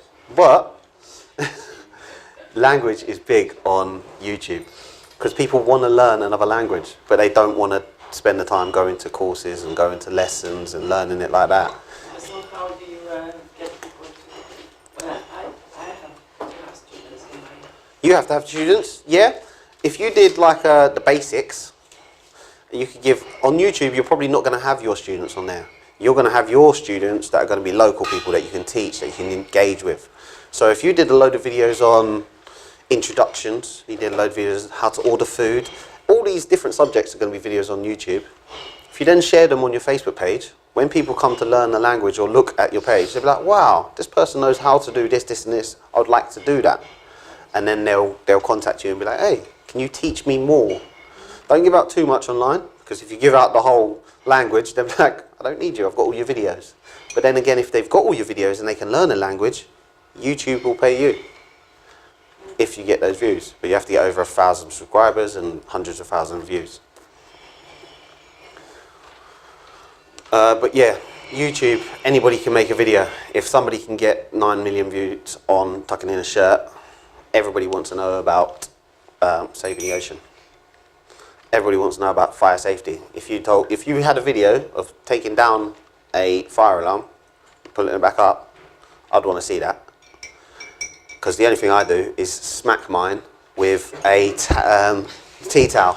But there's also stuff like they've just had the Grenfell Tower report out, haven't they? That's it. So actually posting on that, because I mean there are people saying it's a complete cover-up, she's not addressed the issues around. So I think putting comments on like that is sort of... That's part of your digital footprint as well. I'll show you more about digital footprints in a minute, but that's how you grow on YouTube. If you can get somebody else in the local area to do a collaboration with you, even better. But yeah, anybody can do it. You could give out free tips on, administration, how to put your files in order. Don't be a sucker and have a shoebox full of receipts. Well, I think just quickly, I've got a couple of videos which were made professionally. I mean, I've got one which was a recording when the Windsor Castle was on fire 3 years ago. I was actually interviewed live on Sky Television. Oh wow. And I've got a recording of that. And also, BBC TV did recording, because I was one of the witnesses after the Penhallow Hotel fire in Cornwall. And BBC TV did a recording of that, and I got that on a disc. I managed to put it on YouTube, but I can't put it on the website, so I just provided the link there for the video. That's all I can do. If it's on YouTube, press the share button underneath and then do the embed. Yes, that's what I've done, but it's still, it's not showing on the page. It is still, Strange. there's just the link there, so people have to go and click on the link to go to YouTube page. I can't embed it. I try, it just doesn't work. It seems like there might be something wrong with the coding that's gone onto the website. This could be, I don't know. Because I've crashed a website before by doing it wrong. I tried to play too much. I know how to do websites, but I tried to play a little bit too much, and I put the wrong space or the wrong full stop, and my whole website disappeared. I nearly in tears I was. Took a long time. Took I think 2 days to get the website back. But yeah, coding and embedding. If you do get one bit wrong, put a one full stop or one gap, because it's coding, it just throws it out. Users. Facebook is the #1 leading social media app. Facebook is still the leader, but has anybody noticed that engagement has really gone down on Facebook? I can't at the Sucks. moment get mine up, and I'll talk to you about it, but yeah. Sucks, doesn't They've it? changed it all, haven't they? So I think- people don't see your stuff, do They they? changed the algorithm or something. Yeah, they're always changing the algorithm, unfortunately, which really sucks, because I still use the old school way of hashtags on Instagram, 5 dots in your comments box and then put loads of hashtags. That's an old school way. Some people are saying put only 5 hashtags in your actual caption, but it's still getting me engagement on the other ones that I run. But yeah, Facebook, their engagement gone down. I don't know if that's because Zuckerberg's just gone to Congress and had that talk and they're pulling back a little bit. But again, if you can increase engagement, you will go back up, just like Sussex Police. They're winning. Pinterest is 80% women. Just saying, a lot of women drink wine. I believe you. So Pinterest might be the way forward. Pinterest is, have you used Pinterest I've yet? never used it. What is it exactly? It sucks, I hate It started it. off But it started off with crafters, didn't it? Putting things up that they'd sew. yeah, Instructions and free patterns they would let you have to make things. And Right. then it sort of grew, but it was started off very creatively and in a very sort of sharing way. yeah, it's like Instagram, but more kind of pinned. Everything that you like is pinned. Pinterest can be more addictive. I read a book, it had Pinterest in it, and it's more addictive because it's forever scrolling. So you have your own pin board, it is. I don't own a Pinterest, but you have your own pin board and you can pin other people's stuff to it. So if you like something, you pin it to yours, but you can forever scroll. Just like Instagram, you can forever scroll, but Pinterest is laid out, so it shows you more. And when you're scrolling, you see more, so it gives that So addiction. Pinterest, like brides, for example, royal Yeah. wedding today. A bride who's planning her wedding will go on and she'll pick out bride's dresses and stick things on there and flower bouquets and stuff like that. So you can create like a sort of mood board for what you're looking for. Right. Okay. But yeah, Pinterest is image-based as well. But if there's 80% women on there, that would be the way, especially for weddings as well. Well, you say that the wedding aspect, yeah, I can understand, but mostly the wine connoisseurs are mainly older gentlemen.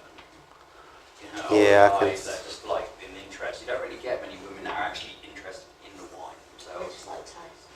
Yeah. You get loads of women that don't want to drink it, but never shown much interest. But you could make a lovely video on YouTube that talks about why is it women don't like wine Yeah, as much yeah. as men. Started I bet debate. you what, if you said that, why don't women like wine as much as men, I tell you what, you would have people say, yes, Oh, I do. no, I'm not saying people don't like wine as much as men. They just, they're not as interested in like the history of wine as like a 52-year-old guy who's been to France, tasted everything, and all this stuff. Oh, they kind of know it all. I know what wine it is. Don't tell me what wine I can and can't drink, sort of thing. Yeah. Have you tried? I won't say everybody business do it, but on that, you could say every woman don't like wine.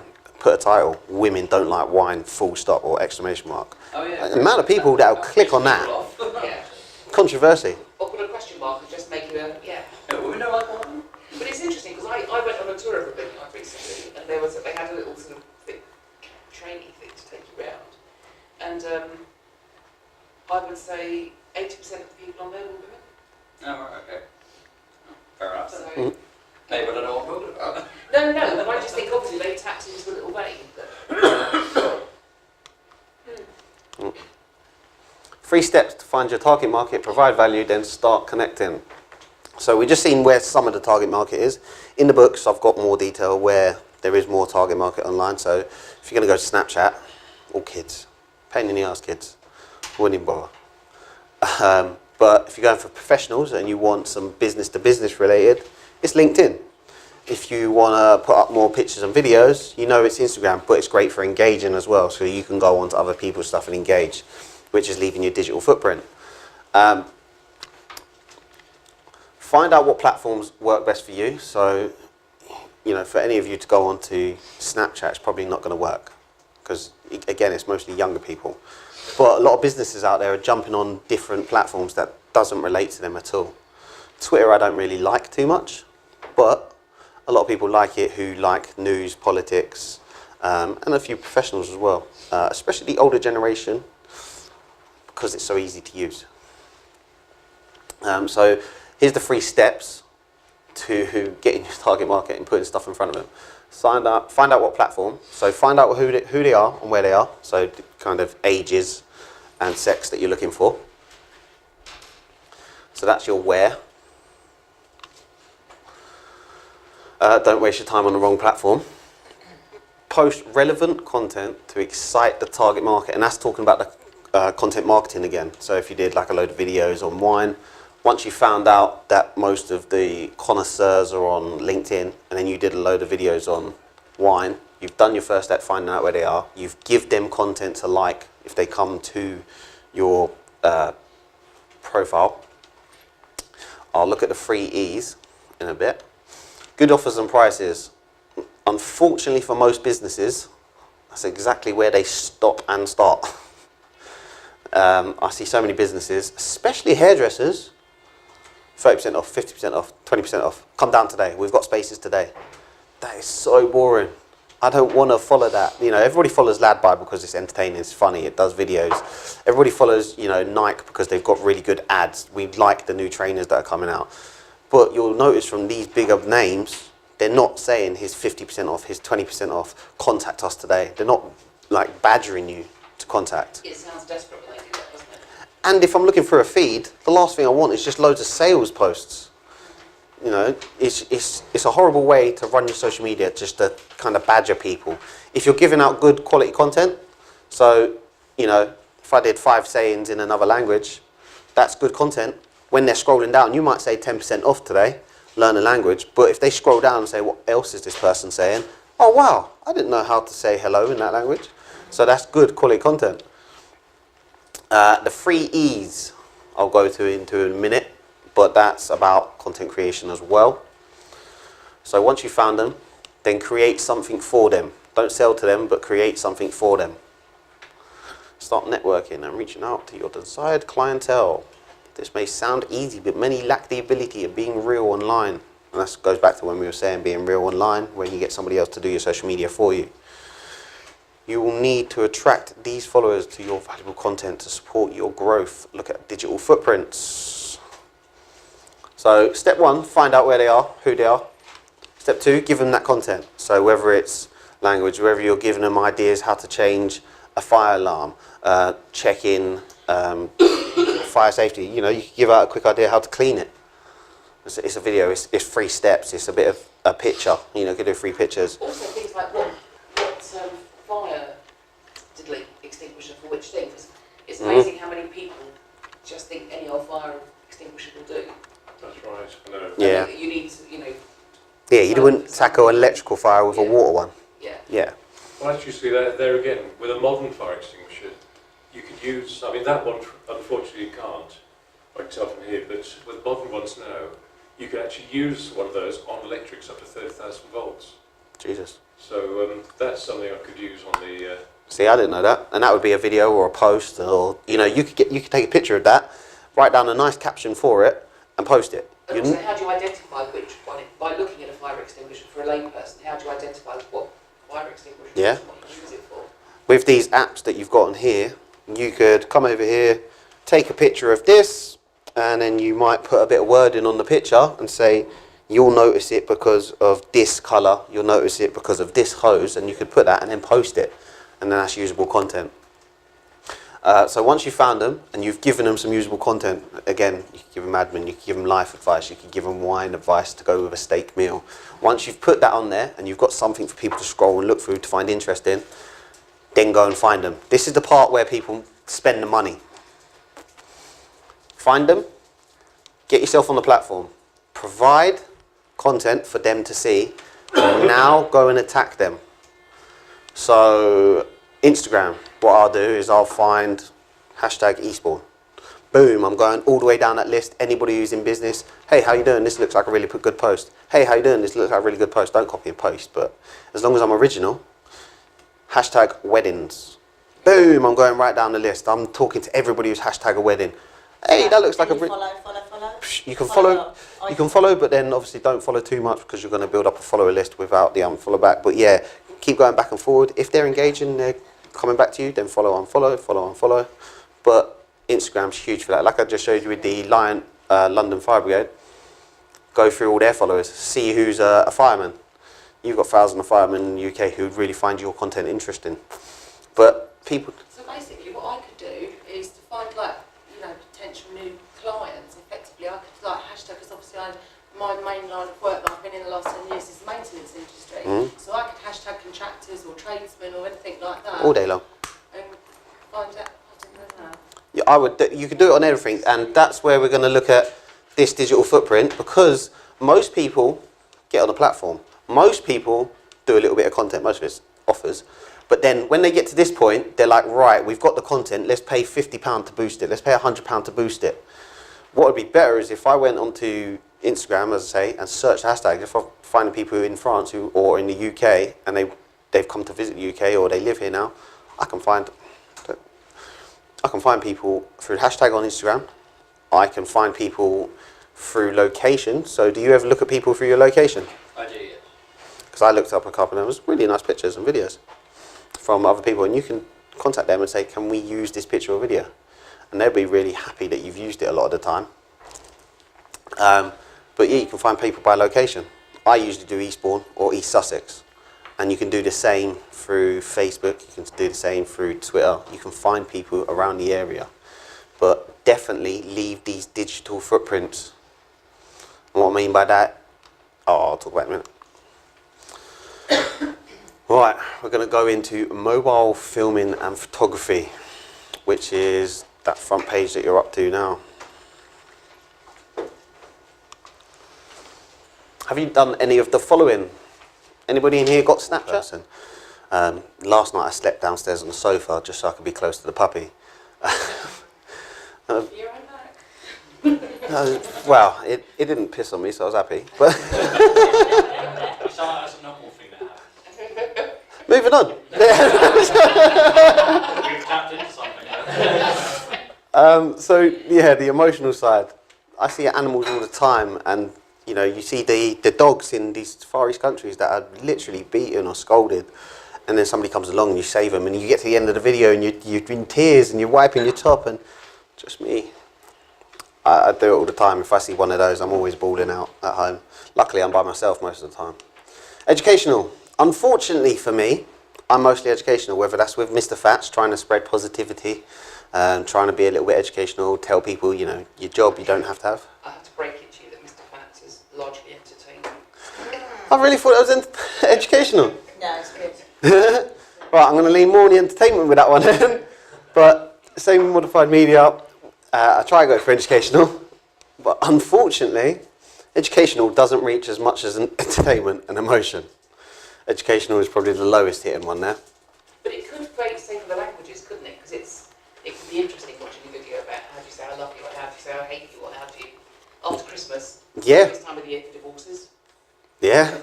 So, Educational for language is obviously the big, that's what everybody goes on. The only reason you look up a language is educational purposes. You want to learn another language. But if you can put an emotional or an entertainment twist on it, so going back to Valentine's Day, Christmas time, if you can put a love section in, you know, how to say I love you, how to say beautiful hair, how to say beautiful eyes. Now a lot of stud muffins going out on a Friday, Saturday night want to say to a girl, you've got beautiful eyes in French, because they think that's going to help them pull. Probably not. But if you've got a video and somebody tags their mate, goes, oi, you've got a chance tonight, that goes from educational to emotional as well. you could actually, or you can't use clips from the, no, I was going to say, but you want that sort of like Del Boy character in Only Fools and Horses, where he kept on going into sort of mock French. Yeah, I mean that'd be something you could share. Yeah. You could create an advert with Del Boy. You know, you could take the adverts online. You might get some copyright come to you. I don't see it much with videos, but audios suck. Sometimes you can take a video, create a beautiful video, you put a bit of audio over it, and these companies will recognize the audio straight away, shut down your video. I'll show you in a bit one of the videos I put together, where in some countries it's muted the audio. There's a way around that. Yeah, you can restore it. If you pitch up the audio, the thing within Facebook and YouTube which detects like copyright songs can't pick it up because it's meant to tune into the original pitch. I know if you do remixes, they can't get it either, can they? Depends how similar it sounds. Because sometimes they'll even do it for the vocals and stuff like that. So. And entertainment. If you can make it entertaining, as you say, you know. Going into Mr. Fats, one of the biggest videos I've got online that I went through the other day was, anybody heard of Vine? I did try and do a few Vine videos, and there was one video I did that got a lot of hits. Remember that video? Yeah. I'm not sure how many hits it's got, but it's You're not got... showing it higher. No. It's a video with a dildo. A dildo. Lovely. I made a funny sketch of a video of a dildo, and it had a toothbrush, didn't have a vibrator on it, so I strapped a vibrator on it and brushed my teeth. Now, because it's entertaining, people have clicked in and laughed. It's entertainment. It's like those ones they've put, have you seen them on Facebook as well, where it's like the soap dispenser. You have to sort of, it's a little... Oh, the soap, yeah. And that's, a lot of them, I see videos and I'm like, wow, that's got a lot of views. And again, back to Lad Bible, World Star, they put up a load of rubbish, but it gets the views because teenagers, especially the one that I've got, sit there and scroll through all these rubbish videos for hours. And they won't even laugh at it. Like, I would see a video laugh, come offline, but they won't laugh. They're like, they're brain dead. They'll just watch a video. And you never see no emotion for them. But on the emotional side, who's seen the adverts from, you know, Sainsbury's at Christmas time? They're very emotional. And they know exactly what they're doing because they're using that emotional attachment. So your 3 E's are going to get your engagement. Education, entertainment, and emotion. If you can use any of them, then do. Here you go. Facebook advertising. Stop boosting posts and let's get engaging. There's your ad manager. You've seen that list on Facebook? Down your side. That's the ad manager. That's what you want to go play with. That's on the laptop view though, isn't it? Yeah, that's on the laptop view. On the phone, I'm not sure if you can get as much access, but you can download the app. Yeah, you've got the ad manager app. So you can play with it, but it's a lot nicer when you're on a computer to look around all the settings because there's so many different settings. But yeah, you've got the split testing where you do the same advert with different demographics and automatically it'll pick the best one for you. It will save adverts for you, so it'll save the demographics that you used before that worked.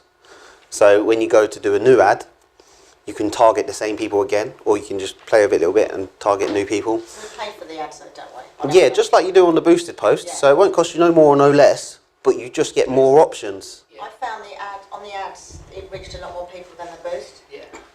Facebook, they give you the option that nobody really knows. I mean, Really. I've never used that one. I've got a couple of saved videos, but a lot of this stuff I don't really use. The only one I do use a lot is groups. Groups is brilliant, yeah. But the ads manager, they don't really shout about. They just make people boost a post, boost a page, which is where most people go. And I've met people who have spent hundreds boosting posts and pages and not got any leads, conversions from it. So yeah, this is just screenshot of where you should be. Just have a play with it, have a look round. You can set them all up and just not pay, and then you can take it down and then set another one up, just so you can get used to what options you do have, because you can get people, they have put it here a lot, you can get people by their wage and how much they're earning per month and the area, but in here you've got a lot more options, especially that video one as well, where you only play it with Wi-Fi. Show the room a demonstration of a digital footprint. Go find a page and let's leave a footprint. Right, shall I show you a digital footprint? That's now put on there. I love Ryan Reynolds. He's a great actor. Now, if I put something else on there, so he's a great actor, I'd like to see his body more. You're going to get a lot more engagement. But you know, if you leave in that on this post, then I go to another post and another post. But if I do it in a local area, so you'll probably see Modified Media's commented on a lot of stuff. I've put things on other pages. I've done it on Vanessa's page. I put up the video from Vanessa's event. And that's leaving digital footprints everywhere that people can then click back because it's there forever. It's like your little mini advert on other people's content. Yeah. Another way to go through digital footprints is if I like somebody's comment on here. So this has got, you know, 960 views. You can only imagine how many comments there are. Now imagine I went on there and started talking to people. I started talking to all the people who have commented. You went through here. So that's the example of a digital footprint. And you can do it on Instagram, which is great. Get on there and just interact with other people's stuff. Like I said, with the London Fire Brigade, you can go through their stuff and say, I really like this, I like this picture. And that's one of the best ways to grow, especially on Instagram. Facebook's a little bit harder. If you've got better internet access, I could have done a lot more. But again, if I'm in the bath and I leave 20 comments all over Facebook, I've got so many different mini adverts on people's content that people can just click back. Who's this guy? Who's Mr. Fats? What is he talking about? He wants more peace and positivity in the world. And then they click back. And I think when I left that it was a lengthy one, so it stands out, loads of little emojis. But because it stands out, people see it in the comment section. They're like, who's this guy? They like the comment, I send them an invite. Furthermore, more of them will click back to my stuff, and because it relates to it, they then like my stuff. And that's one of the best ways to grow on Instagram. Digital footprints are big, so after today, what I'll do is I'll probably go home, and I've done it at Vanessa's event, I'll tag all the businesses that I met at the event. Is there a particular number of tags you can use? 30. That's the hashtags on Instagram. Oh, yeah, that's 20. Is it 20? I'd suggest go over 11, but yeah, if you go up anything past 30, you're just inactive, then they don't use it. But yeah, I'd go from, personally I go from 11 to 25. I usually stick around the 20 mark. But again, where you put your hashtags matters as well on Instagram. But I'll get onto Instagram in a sec. But yeah, these digital footprints don't cost you nothing, but they do bring a lot in. So if you left a digital footprint on every tradesman in your area, that's a really nice birdhouse you've built. You've just left a comment. It's nothing. You're not pitching to them. You're not, you know, telling them to do things. You're not offering something. You're just giving them an... on their, what Yeah. they've done, their work. And a lot of the time you'll see on Modified Media, I share a lot of people's stuff as well. This is really, I don't even know the people. You know, Halo Hair and Beauty, don't know them.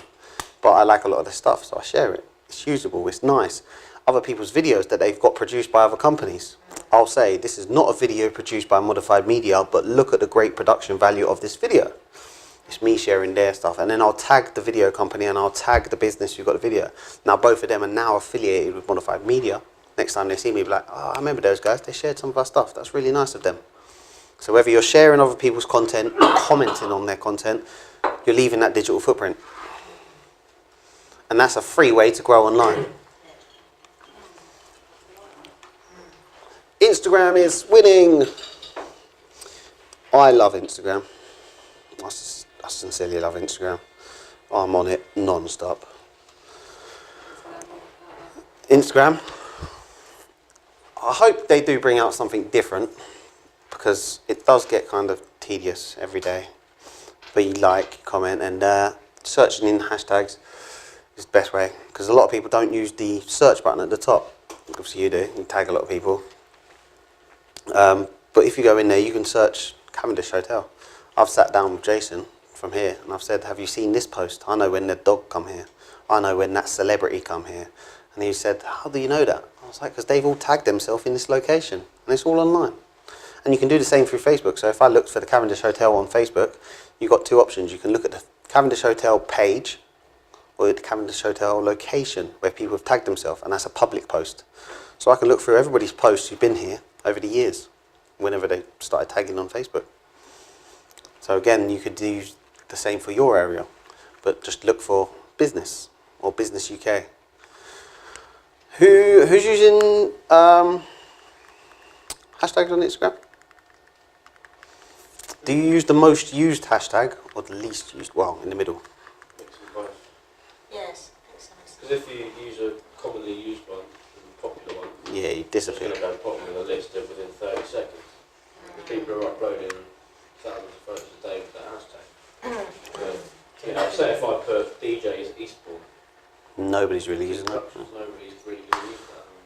And then if someone tries to search for that, I think Instagram have kind of got a feature where it liaises with Google as well.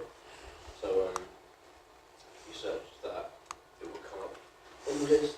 Your main aim is to be in the top 9 for a hashtag. So the top 9, the way Instagram works is right at the top of the search bar, say you searched business, just the word business, and I think that's hashtagged about 29 point something million times per day or something like that. If you hashtag business, if I hashtag business for Modify Media, you can guarantee within about a minute a load of other people are going to hashtag the same thing and I'm going to disappear to the bottom of the list because it's constantly rolling over. Now if I hashtag business UK, UK business, that's mixed up a little bit, but that might only be searched 500,000 times. Now I've got more chance of ranking higher on that search because less people are pushing me down. And in the top 9 of any search, if you go on to Instagram, if you look up any hashtag or any name for business and you go to tags, you'll see there's a top section. And those top 9 posts could be weeks old, months old, years old. But because Instagram thinks that they're good content, it'll leave them at the top. So you become one of the top 9. Recently did it with Modified Media. I thought, oh, my account's been hacked. I put a post up, come back about 15 minutes later, one post got like, I think it was 100 and something likes. I was like, what the hell's going on here? I didn't understand it. And then I looked through the hashtags, and because I ranked in the top 9 on quite a popular hashtag, everybody who went to search that hashtag found me and double tapped. Can you show us that tag? What you're talking about? Yeah, can I have my phone? Beautiful. Thank you. So my tags that I use for Modify Media, we're obviously not going to be the same as the people in the room, but When you say tags, do you mean hashtags? hashtags, yeah. Oh, yeah. So I keep them all in my notes. Oh, that's the same as what you taught me. Brilliant. Yeah. It's really good. So for Mr. Fats, I got body positive. Rather than have positivity, which is probably searched millions of times, I've got body positive. Might be only 200,000 people who are using that, so I've got more chance of being in the top 9. For Modified Media, I've got loads of different ones. Social media marketing, social media. I've got business, but then I've also got UK business, business UK, self-development, business books, new business, productions, tips, Brighton, Hastings, Eastbourne, East Sussex, marketing, Bexhill, didn't know I had that one. Sussex, Modified Media, Instagram, YouTube. See, these ones, business, Twitter, Facebook, YouTube, Instagram, they're going to be used all the time. I'm not going to rank highly there, but I better throw a few of them in just in case. The ones like UK business, it's not really used a lot, so you've got more chance of reaching to the top. You have to swap them around a bit sometimes, so you're getting different ones rather than the same ones every day. Yeah, definitely switch it up. If you want to switch it up, definitely switch it up, because then you You can... can always relate to the video and the photo. So like when I do the music ones, I put UK music, then I put music, then United Kingdom music, and then anything that relates to, like say if they had a really good looking girl in the video, I just put girls or blondes or just like literally mix it up, and then it would just come up. Because I think you can start following hashtags now as well. Yeah, you can follow hashtags. So if I follow a few hashtags through various ones... Is there a site you can do it on? No, you do it on Instagram. You know the search engine at the top. No, I've only just downloaded it this morning, so I'm good. Oh right. So if you go to like the little icon of like the, I don't know what that's going to be, and then you go to search and then just say we've got Mr. Fats TV, and it will come up with all. Oh, what's it called? Mr. Fats. So it'll come up with his profile, and underneath is the hashtag logo, and it would have hashtag Mr. Fats TV. So it's got, you just click on that, and then you can follow the hashtag, and that's all his content on there. That's everything he's ever Okay, so got. what's that bit? Oh no, go back. That's it, and then you see the hashtag Mr. Fats TV. That's TV. Oh, you So follow it there? Yeah. Does that mean it comes up on your news? That means every time somebody uses Mr. Fats TV, even if Erwin uses Mr. Fats TV hashtag, you'll see it come up every now and again. It won't just always come up. If I follow that, You'll see every time somebody uses it. But if you followed Life Advice, every time somebody uses Life Advice, that'll come up every now and again on your feed. Or Wonderful Life or something. Yeah. It's going to be optimistic. Yeah. Yeah. I believe so. I believe there's a charge or something. Yeah, there's literally no, like, You just got to keep refining it until you've got the ones that work. I mean, find a way where you can view your phone and they just hashtag like white wall. That'd be good. White. Can't I? Like, anything related. Yeah, screen it. Screen it, can't I? Yeah, literally. Let me do it on Apple TV. Yeah, literally. That sucks. Even if Lifestyle like Blog has got a 9 second-hand million. store, even on a store, like this table, they would just say table, wood, Yeah. the type of grain, I don't know, legs, Yeah. I don't know, anything. Yeah. It's no limit. But the more you hashtag, the more, the bigger, wider the audience you make. What one's that one? Lifestyle Blogger. 9.2 million posts. So that's not the followers, that's how many people are using it. So that could be various people, but they're using it. Hashtag Grey Irish Rock. Yeah. Really? Yeah, there is a lot of it. Oh, they're using the hashtag. They're using the hashtag. So you become one of that 9.2 million. You might, yeah, you disappear. But Yeah.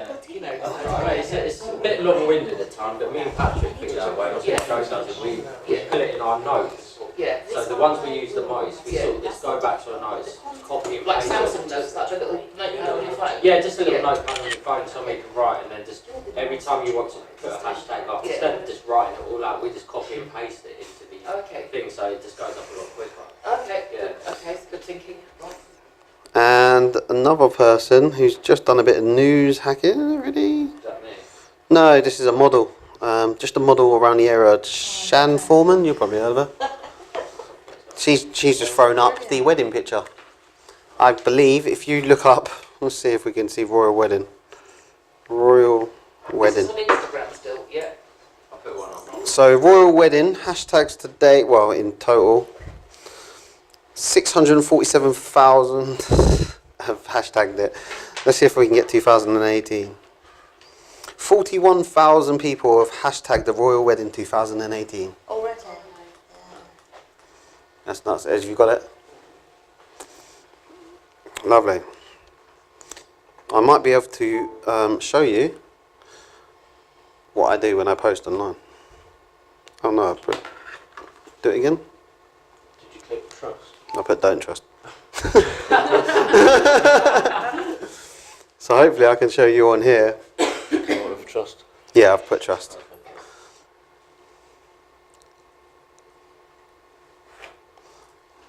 And this is why Joe's so good at what he does. There we go, now I can show you how I work online through my phone. Does everybody see that? It's quite scary, isn't it? Oh, look at that. That's good, isn't it?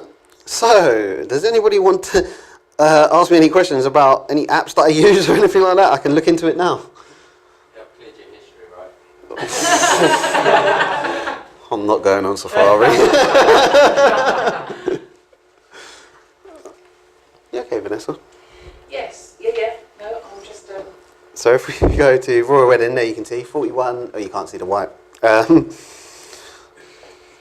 But if I was on my one, so let's say there's me, and you can see the layout. I always have one row of quotes, one where I can put anything I want, and the left one is all videos. I don't know, so how have you organised your rows though? How do they? It's just the order that you post stuff in. So you'll post a quote, then Yeah, You so post the same, it's a bit like, repost the same stuff then. no, so what I do is, it's like moving 3 colour blocks. Now let's say that's one of my colour blocks, that's blue, green, red. If I know I want that blue to match up with the blue underneath, I know I've got to put a red and a green next. So when you slide it along, it moves it along. Okay, let me pull it up and I'll show you. So if you wanted a layout, like I've got some layouts on the presentation to show you. But they've all been posted already, haven't they? It's in sequence, so I know, I think that was my last post yesterday. So I know my next post has to be a quote. Because what that does is that pushes that along, that pushes that down, yeah? So then it lines back up. You've already put those on before though, if they're on there. Yeah, but if I put up one of these now, yeah, what it does is it pushes it along. So what pushes that along? Which pushes, because I'm putting one more here, yeah? So if I put the quote there, the video moves to there, that book moves to there, and that quote moves to there. What's this on? This is Instagram, but because I've made a layout, Oh, you've made that. I mean, it's just the sequence I do it. So I know next I put up one of these. But it's when you say you'll put it up, but it's already up. Yeah, load it. Next one. So next picture I put up will be one of these. I have to create it, and then I load it. But it's already on there, isn't it? Next one I create. But hang on, Patrick, you just need to show us because I think we're struggling with. So hang on. Okay, let me do a couple of demos. So all your pictures they're on there, but when you say you have to load it, haven't you loaded it before? Otherwise it wouldn't have got there if you hadn't loaded it. So I know what's got to go next here. Yeah. So this is my layout. I've got the white lines there. I've got whatever I want in the middle, and I've got my videos there. Yeah. Okay. When you post, everything moves to the right. So when I go into my Okay, sorry. Okay, so it's directional. Yeah. Right. Okay, I think that's the missing bit of information. So when we post, everything's moved to the right. So go back to your screen you had just there. So basically, Not too far. That's fitness related. I'll show you the fitness page in a minute. yeah, okay, we believe. So everything moves to the Oh God. So this is let's just this is my template. So this is So this is Test. what I showed us earlier, that square template. You can choose a size that's going to go Yeah. to Twitter or Facebook. so this is on Inlight. So this is me creating my next quote. So I've created it.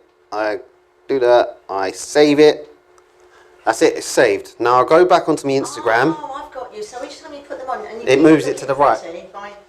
and now Put them in your order. So the So if next it goes to one. the right, that purple one on the right will move, that moves to the right. and then that one with you waving your hand in the air or whatever you're doing It moves goes. in the middle. Yeah. So that row will move to there. That row will move to there, and that row will start at the beginning again. So you've got 3 columns, and then okay. Right. So I put up my test. Put next. Share it. Yeah. And I go back here. Watch it move. As soon as it's up. Boom. Oh, so you like yours or like it? You don't have to have that, No. but It's personal preference. yeah, But it helps you organise things. If you're going to put like a motivational quote and then a photo and then a something. it's visually more attractive as well. Yeah. Because when somebody comes on here and it's all over the place, at least they can see it and they'll be, well, I'm going to delete that test because people are going to. I suppose mine's. There is different layouts. Now I'm on here. What's that? Gardiner? What's his name? Luke Gardiner. He's a photographer in the UK, in Eastbourne. He does this. He puts a border around each picture, but because he puts a border around, it makes it look quite visually attractive. Yeah, that's good. It's almost like a gallery. Yeah. Yeah, and that's someone else locally. Okay, I'm going to show you the fitness thing because that wasn't half naked women on my thing. This is a page that I run. This is all fitness related.